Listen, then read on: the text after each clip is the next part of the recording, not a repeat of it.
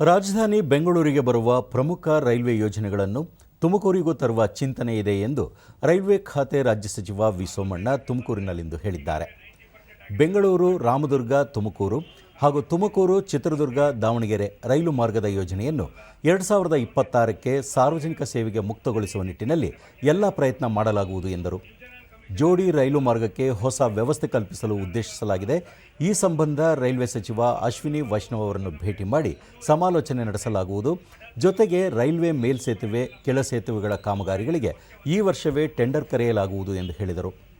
ವಂದೇ ಭಾರತ್ ರೈಲು ಸೇವೆಯನ್ನು ತುಮಕೂರಿನಲ್ಲಿ ನಿಲುಗಡೆ ಮಾಡುವ ಸಂಬಂಧ ಪ್ರಧಾನಿ ನರೇಂದ್ರ ಮೋದಿ ಅವರಿಗೆ ಮನವಿ ಮಾಡಲಾಗುವುದು ಎಂದು ತಿಳಿಸಿದರು.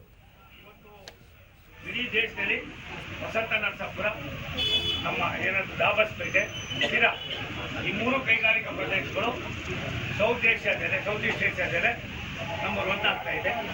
ಅದ್ರ ಬಗ್ಗೆ ನಾವು ಗಮನ ಹರಿಸಬೇಕು ಅನ್ನೋ ದೃಷ್ಟಿಯಿಂದಲೇ ನಾವು ಏರ್ಪೋರ್ಟನ್ನು ತರಬೇಕು ಅಂತ ಹಿಂದೆ ಆಗಿದ್ದು ಅದಕ್ಕೇನೇನು ಪ್ರಕ್ರಿಯೆ ಪ್ರಾರಂಭ ಆಗಿದೆ.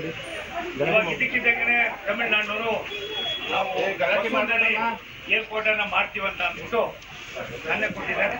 ಮತ್ತು ಡಿಫೆನ್ಸ್ದು ಮೋಸ್ಟ್ಲಿ ಈ ಸೆಷನ್ ನಮ್ಮದು ಶುರುವಾದಾಗ ಮಧ್ಯದಲ್ಲಿ ಡಿಫೆನ್ಸ್ ಮಿನಿಸ್ಟರ್ ಜೊತೆಲಿ ಮಾತನಾಡಿ ಏನು ಹೆಲಿಕಾಪ್ಟರ್ ಡಿವಿಷನ್ ಬಂದಿದೆ ಬಾಕಿ ಚೆನ್ನಾಗಿ ಮಾಡ್ತೀವಿ.